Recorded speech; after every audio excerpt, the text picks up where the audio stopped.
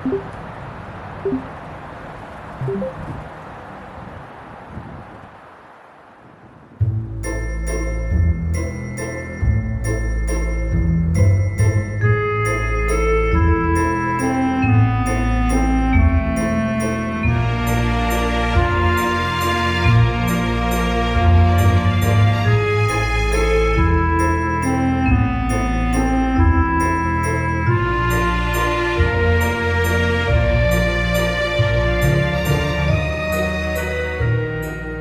had a very early start this Halloween. I was babysitting my niece this morning. It's already like hours later. I haven't seen her in her Halloween costume yet, obviously, because trick-or-treating hasn't started yet, but I'm so excited to go back over to my sister's and see her in her Halloween costume. We're having a very wholesome Halloween this year. I also had a pretty wholesome Halloween last year, which let me just say, okay, not to get like so deep so immediately in this video. As a kid, I loved Halloween. Okay, it was the best. And then I went to college and I just feel like I didn't like Halloween as much. I just felt this pressure to have like a hot, sexy costume, which was just like never gonna work for me. Like I just didn't feel comfortable enough with myself, with my body. Like I just couldn't go that route. And so I always like low-key kind of dreaded Halloween. Like I was so scared when it came around. I was like, ugh, what am I gonna dress as? And like all of these girls are gonna like look this way, and then I just like don't feel like I can do that, which is not those girls' fault. Like it was a problem within myself. I mean, it was still fun. It was still fun going to parties and bars. Like it wasn't entirely awful, but there was kind of a pit in my stomach leading up to Halloween and Halloween weekend in college. And then after college, I feel like I just felt kind of neutral. Didn't love it. I didn't dread it. I feel like I just had a better relationship with myself and my image and my body. Like I didn't feel bad about myself in the way that I did in college. I feel like Halloween just had pressure in other ways of like, ooh, who's gonna have the funniest costume or the coolest costume or go to the coolest party. Like it was pressure in different ways, like more social media ways and more like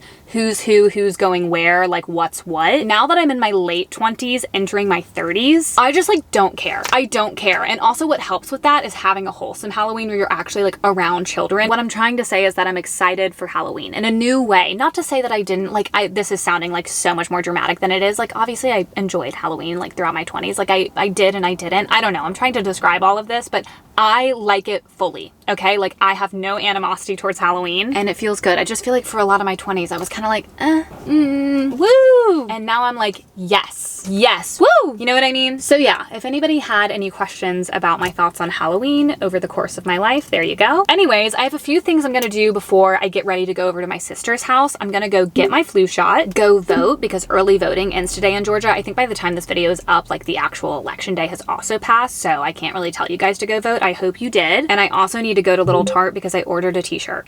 And I'll show you guys the t-shirt when I get it. They posted on their Instagram that they were selling t-shirts and I was like, you know what? I do unfortunately need to buy that. I think I'm gonna do all of those in that exact order. So let's go to CVS. I made an appointment and we're gonna go get vaccinated.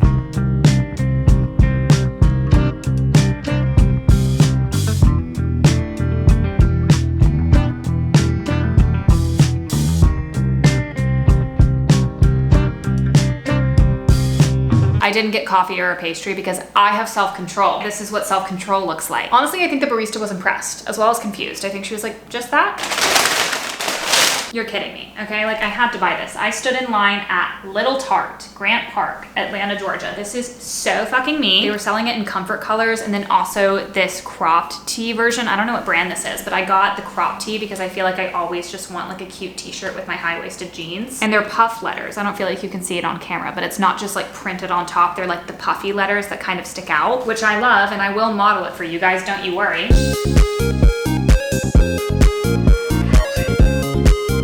Also, I was kind of doing half naked in CVS because I wore a long sleeve shirt and I was not thinking about how like with a short sleeve shirt, you can go like that. Long sleeve, you have to take it off. Rookie mistake. So I was kind of doing nude bra in CVS. They do have the little covering, so you're kind of hidden, but honestly, like there are some people that could kind of see in just the way the store was set up and like, you know what? Take a look, it's fine. Anyways, I'm obsessed with my new t-shirt. It just had to happen. Like it just simply had to. Honestly, I think I'm gonna get ready to go to my sister's because I'm just here. Like I might as well just go hang out over there. And I wanna make sure to leave before trick-or-treating starts. I feel like trick-or-treating like the earliest is like 5 p.m. I want to be set at my sister's place before the night really starts, you know? I don't want to like slip out while kids are like coming up to my door and stuff, you know? Like I just want to be there. What am I being for Halloween? Cinderella, which a lot of you guys already knew that. The star of the show, of course, a blue dress. Okay, this is from Louise, New York. I wore this to Matt and Patricia's wedding. It's very Cinderella vibes. White glow. Oh my God.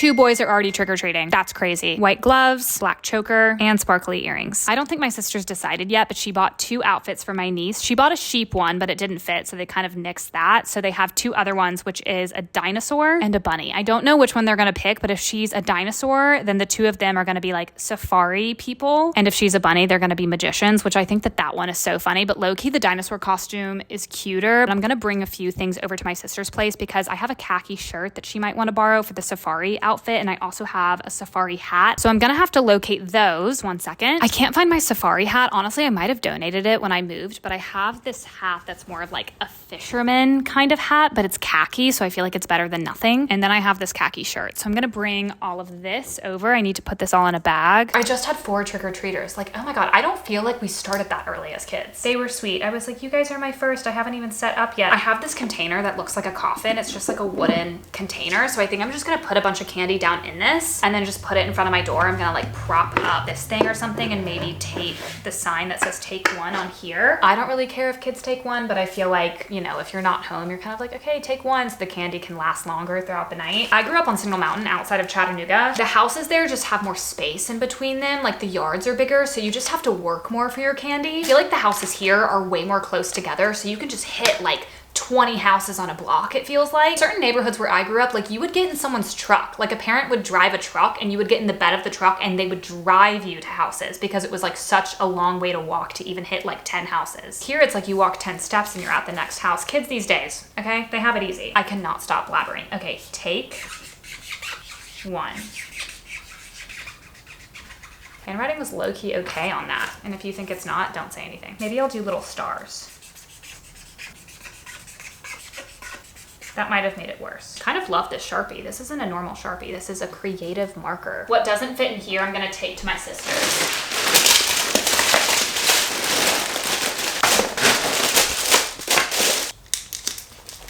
Ta-da! I think that looks pretty good.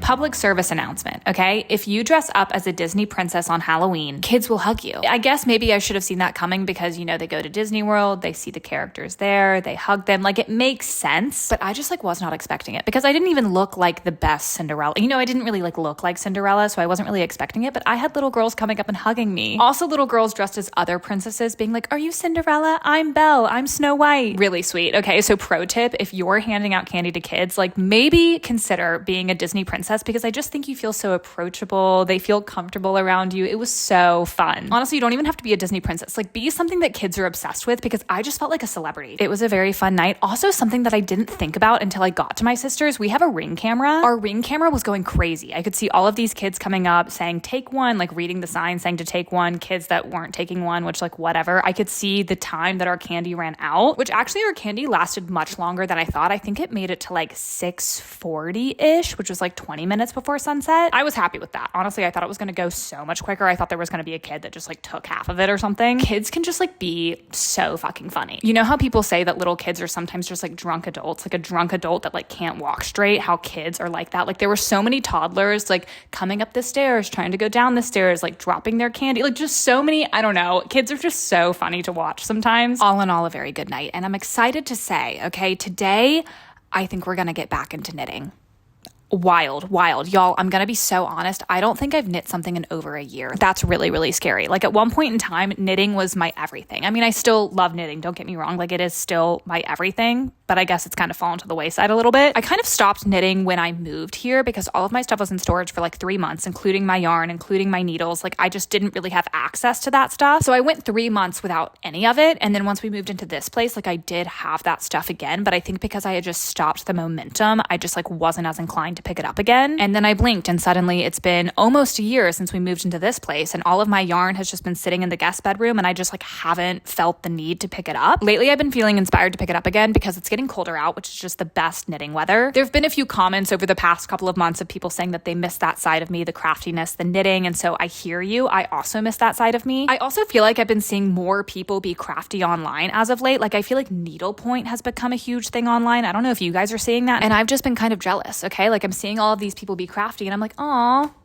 I wish I could do that. And it's like, girl, you can knit. You know you can knit, right? I mean, I could also get into needlepointing. That does seem pretty fun. I think I needlepointed like one project in college one time, but I think I should do what I do best, which is knitting. I think we are going to start a new project and listen to an audiobook. That is like the crafty, bookish afternoon of my dreams. Like that is my favorite thing ever. My first project back, I think I'm going to make a bonnet. Will and the Gang did a collaboration with Damson Matter, and I saw that bonnet hooded tie thing and I was like, oh, I like don't want to buy the kit because their yarn is really expensive. I was like, oh, I don't want to buy the kit, but I want to make something like that. Like that's sick. That was kind of the starting image. Once I find like something I want to make, I normally just like look on Instagram, look on TikTok, I just like look around and I see what people have made in that category. I want to show you guys some inspo pics of things that are just kind of looking fun to me. The Damson Matter bonnet. I found these bonnets that kind of look like they're made with scrap yarn, which is good for me because I'm not buying any new yarn for this project. So I need to use all of the yarn that I have behind me. I also pulled out all of my yarn earlier. So I think that would be good to use up my yarn and just kind of like change colors randomly. I think the wise choice would be for me to do a bonnet like this. I found this one on Pinterest, I think. Just a solid color, looks like it's worsted weight yarn, just short little ties. I think these are like I-cord ties. Also seen a lot of bonnets that have like long, almost like scarf ties where you can wrap them around your neck. And I think that would be really cool. Mohair, which I just think is so cool. But I don't know if I want my first project back to be with mohair because I would have to double it up. And like that's easy and fine, but it gets fuzzy. Sometimes you kind of like lose, I don't know. I just feel like maybe I shouldn't do mohair for my first project back. Then I was reminded of this sweater from Doan, which I remember telling you guys about several videos ago. I could make this. Like I feel like I could make this sweater. I'm not making that sweater, but I'm feeling inspired by the texture and the color changes in this sweater. I could make a bonnet and do this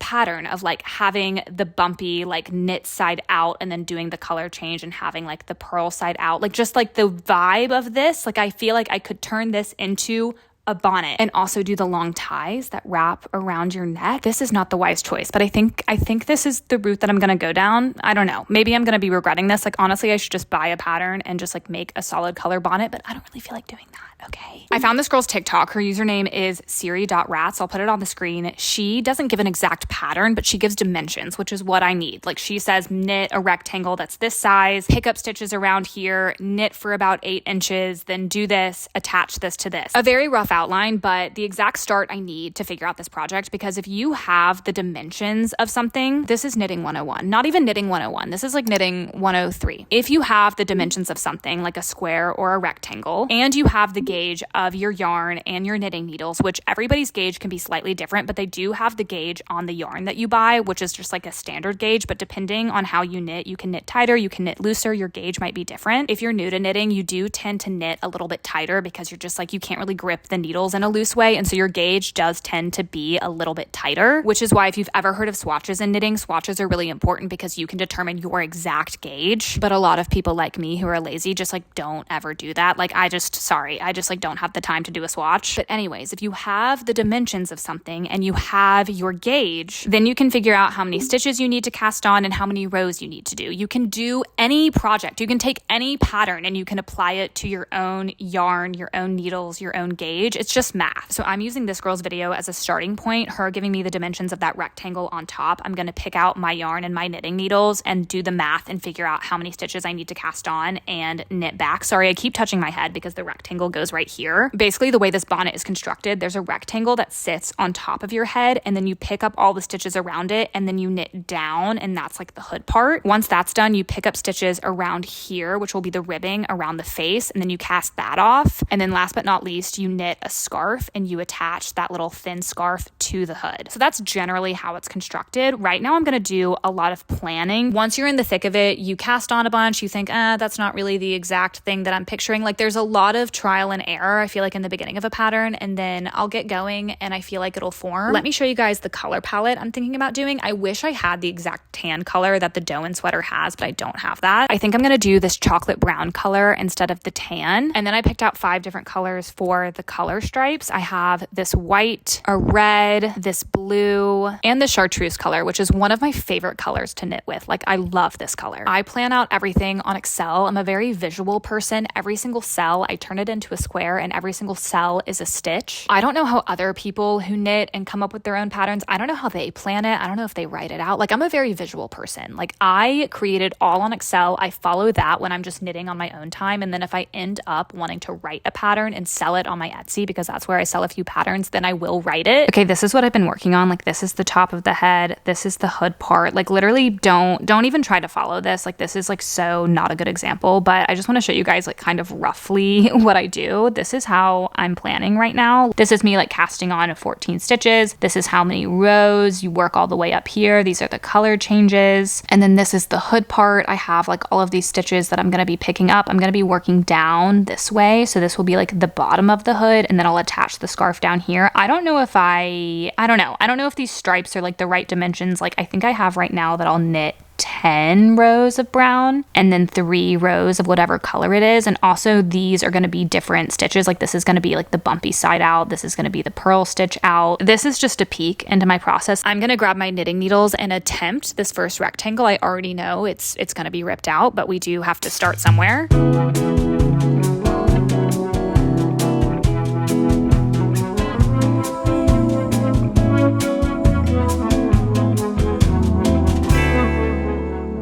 Finished the little rectangle, which I'll show you guys in a second, but I've started listening to Bride by Hazelwood. I picked that book because I've been seeing a lot of people reading the second book in that series, Mate. I thought I would join in because it seems like a lot of people are really into the series and the new book, Mate. I also really like Hazelwood as a romance author, and I think it's so cool when authors just like completely switch genres. Like, I think that's awesome that she was doing romance and now she's doing romantasy. I'm literally on chapter 2, so I don't have any thoughts, but the book is about this girl named Misery who is a vampire, and she has to marry a werewolf, like one of the leaders of like the werewolf pack. I think she's been living amongst humans for a really long time, but then she has to come back and do this marriage to kind of form this alliance among these species. And I think in this world, like humans, vampires, werewolves, they all know of each other. I feel like a lot of romantasy books, like humans don't know that these other species exist, but in this situation, they all know of each other. And I think they have like different political alliances and agreements so that they can all live amongst each other and like live happily. I think something happens politically, like with some sort of alliance, that her father needs her to come back and marry this werewolf to kind of like establish a new alliance. I think, I'm not quite sure what's happening, but I think that she has to come back to kind of like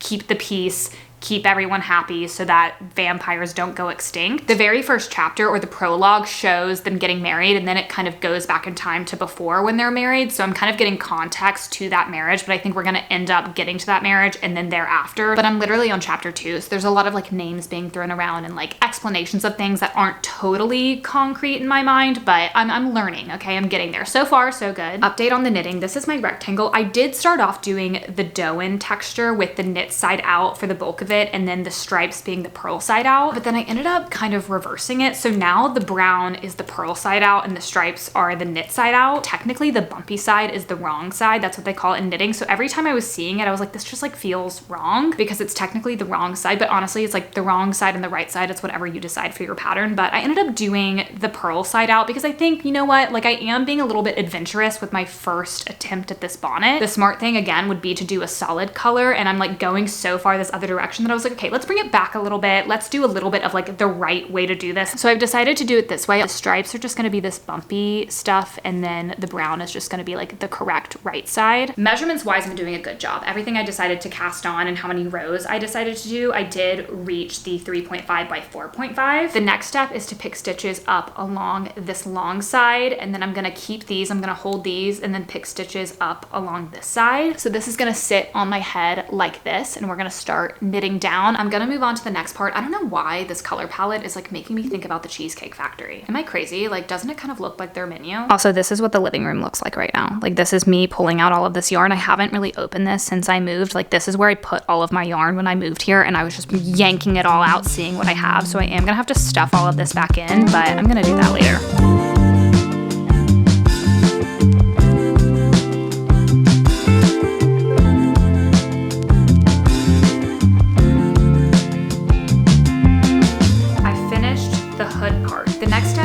Stitches along here, along my face, and then I'm gonna do ribbing.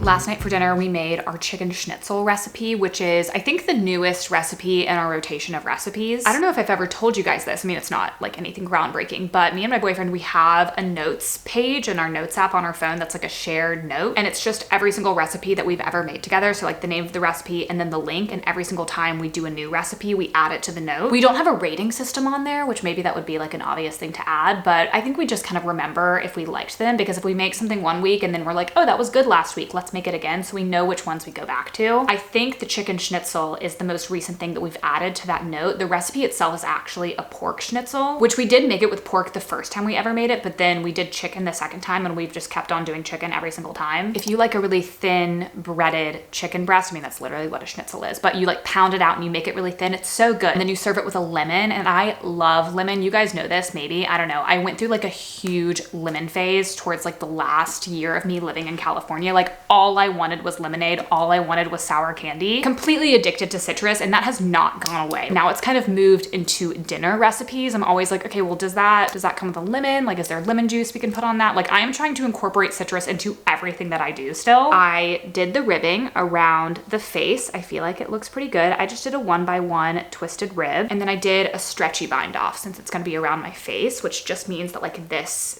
has more give than just a typical bind off. I know it looks kind of crazy with all of these loose ends and stuff, but I feel like it's looking pretty good. And then I started the scarf last night. I also did some this morning, but I'm just doing the same pattern. It's looking pretty cute. Okay, honestly, it's looking really cute with this sweater. I do believe at some point in this scarf, I did drop a stitch, okay, because I was counting my stitches and I was one short, and I was like, okay, that's not good. And then I was trying to find where I dropped a stitch, but I think it's all the way back here on the edge of this white color change. Honestly, that is a little too far back for me. I'm not undoing all of that. I'm just gonna keep going, okay? Just pretend that didn't happen. Update on Bride. I'm not quite halfway. I'm really enjoying it, but I'm finding this book so interesting because it's like a romance book with fantasy elements. It's not like a fantasy book with romance elements, because I feel like a straight up fantasy book, like they try to like build the entire world and like what the magic system is and what like the political landscape is in that fantasy world. And then there might be like an enemies to lovers within that entire world, but there's so many other things like going on within that fantasy book, whereas this feels like it's a romance book and then they just like have these characters that are fantasy. I don't know another book like this that's kind of like romance first, fantasy second. I just don't think I've read another one like them. I'm sure they exist, but I'm finding this to be a really interesting experience. So I'm having fun because I feel like it's new territory. Also, I'm not certain, but I think, this is my guess, I should honestly look it up before I start talking about this, but I think Mate, the second book in the series, isn't actually like a second book of this book. It's not a continuation of the first book. I think it's like a different story within the same world. And I feel like most fantasy series are a continuation of the same story. You know what I mean? Like it's a whole like 8-book series of the same characters doing the same things. But I think, don't quote me, I think that Mate is a different story in the same world. Hold on, let me confirm that because like I might be talking out of my ass. Okay, I just got a spoiler. Okay, y'all, don't worry, I just got a spoiler, so.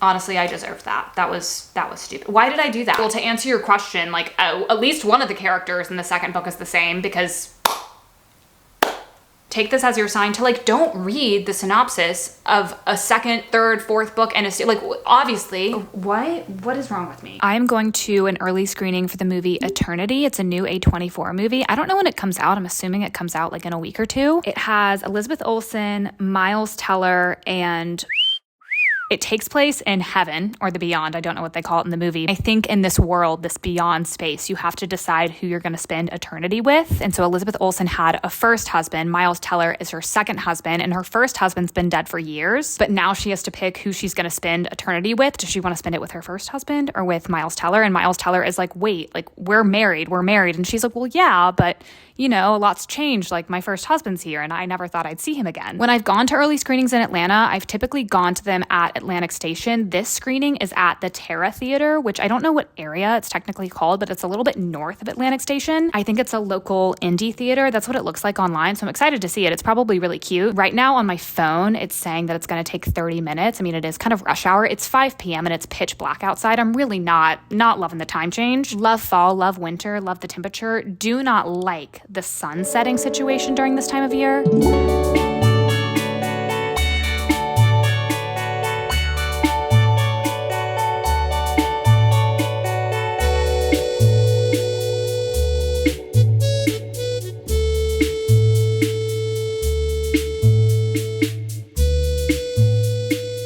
Just got back from the movies. The first husband looks so much like our friend Ramsey. Like every single time he came on screen, I was like, that looks like Ramsey. Like literally, like that's his celebrity lookalike. That movie was making me think of that book called Love of My Afterlife. They're not similar, but I love books that have to do with like a topic like that because they have to decide on what's what. Like they have to decide if you die at age 80, are you 80 in heaven? Do you get to pick the age you are? And then obviously like the bigger questions, like what is heaven? What does heaven look like? Is there a hell? Like all of those things. So I think that those movies, those books are really interesting to watch for that reason. Honestly, I feel like it had a lot of potential and it was really fun and it was really good. It definitely wasn't like, oh my God, like craziest movie of 2025, but I think it's fun. Like you should go watch it. I didn't like the initial ending, but then there was more stuff after the first like ending, after her choice, which I didn't know how much time was left in the movie. So at first I was like, I don't really like that. But then there was more stuff after that I actually ended up liking. But the actual last like frame, last clip, last scene of the movie, I thought was a really interesting note to end it on. Like honestly, I think the audience was also confused. Everybody was kind of like, oh,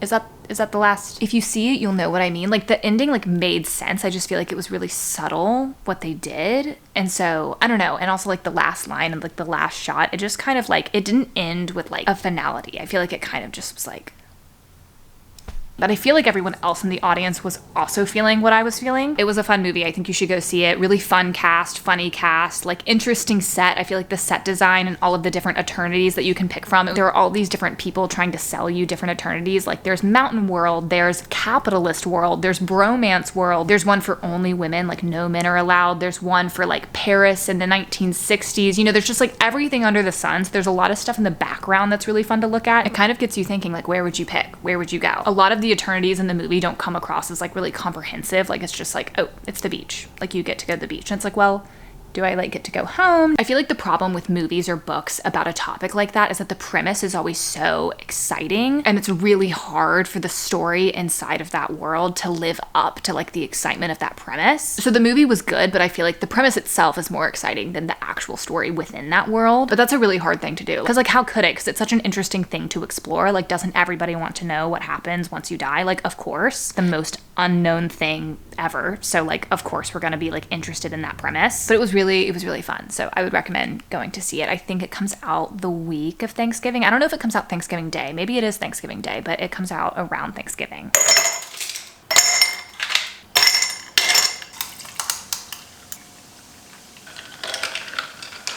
I'm sitting outside because it is like the most perfect fall day, like perfect temperature. This tree behind me has like really started changing colors. First and foremost, okay, I finished my bonnet. Is it the best thing I've ever made in my entire life? I don't think so. Okay, honestly, I ran out of brown yarn, so the scarf was not nearly as long as I was picturing in my mind, but I feel like you can do a nice little tie. Can't really wrap it around your neck in the way that I was envisioning, but it's okay. It's okay. I feel like also if I'm wearing it with like my white puffer coat, I feel like I might like it even more. The next time I do a bonnet, I definitely want to do mohair. I feel like the mohair ones look so sick. Give me your feedback. Give me your thoughts on my bonnet. Also, I feel like this video was like really in depth, not like so in depth with knitting, but I feel like I really was like breaking down the whole process of knitting, which if you don't knit, like maybe you guys don't like that. I don't know. Maybe in the future, I'll just like knit a project and kind of be like, this is what I'm knitting, and then like do a little time lapse and then move on. You know, like I feel like I was really getting in the weeds on this. I finished Bride. I ended up giving it 4 stars on Goodreads. Someone commented on one of my reading updates, they commented something about like, oh, I can't wait until you get to the knot, which at the time that they commented that, I had not reached whatever they were talking about. I was like, what is the knot? Shortly thereafter, I did reach the chapter that this young woman was talking about, and I don't know what this says about me, y'all, but I was not fazed. I read it, I said, okay, sure, why not? It's just another Tuesday, you know?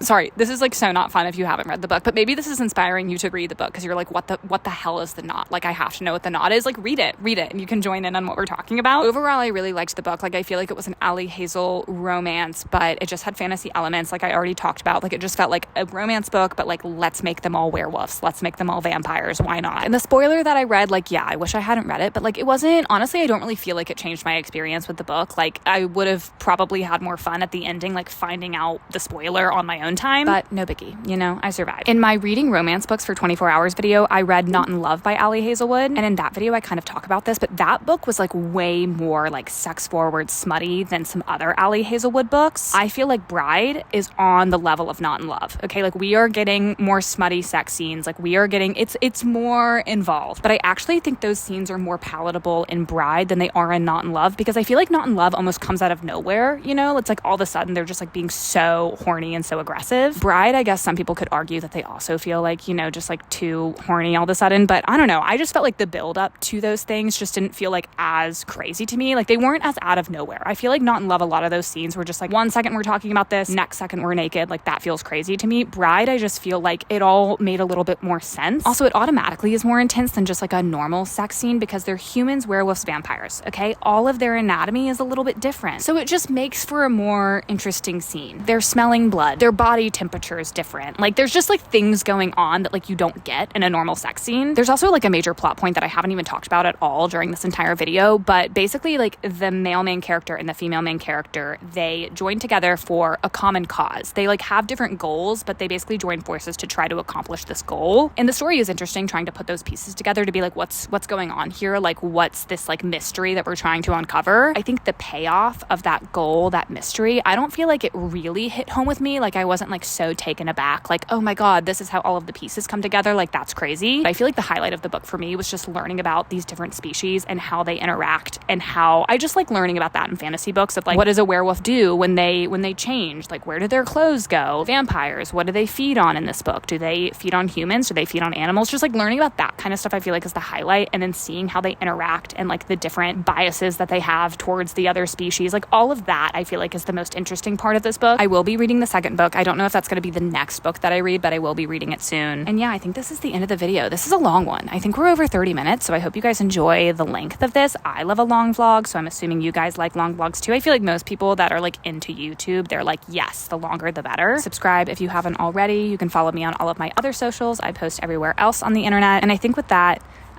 this is goodbye.